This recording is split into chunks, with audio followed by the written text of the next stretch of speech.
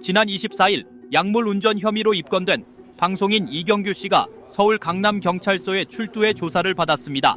지난 8일 병원에서 처방받은 공황장애 치료제를 복용했는데 당시 CCTV에는 이경규 씨가 몸을 제대로 가누지 못한 모습으로 운전대를 잡은 뒤 신호 위반을 하거나 세차장 벽을 들이받는 모습이 담겼습니다.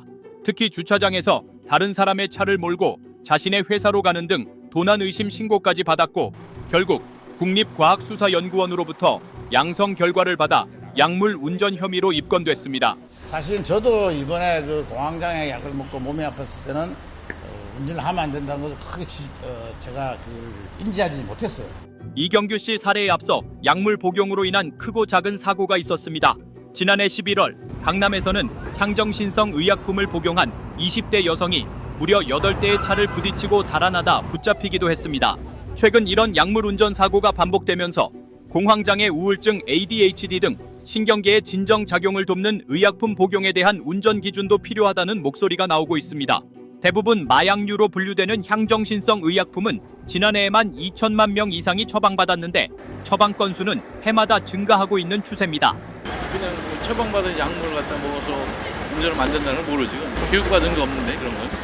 아니, 그 처음 알았어요. 처음 접한 거예요. 공황장애 약이 이렇게 이럴 정도인가? 특히 병원이나 약국에서도 운전 관련된 주의사항을 먼저 적극 안내하지 않는 경우가 많습니다. 일단은 약을 2개를 줄 거예요. 괜찮지. 성분 명은 뭐예요? 알프라졸라이라고 있어요. 약이 이게 한 그런 일이 할수 있어요? 운전 괜찮나요? 운전? 나 졸릴 수 있습니다. 이런 성분은 의외로 처방이 꼭 필요한 정신과 치료제 외에 일반 약국에서 쉽게 구매할 수 있는 약들에도 포함되어 있습니다. 항히스타민제, 특히 1세대 항히스타민제가 들어있는 약물들은 졸음 부작용이 높은 약물이고 이게 이제 클로로족사존이라고 근육 이완제입니다. 아무래도 근육이 풀어지다 보니까 좀 처질 수 있어요. 이런 상황에서도 약물 복용 후 운전에 대한 규제가 여전히 모호해 전문가들은 음주운전만큼 위험성이 큰 약물 운전에 대해서도 혈중 알코올 농도 같은 객관적인 측정 기준이 필요하다고 지적합니다.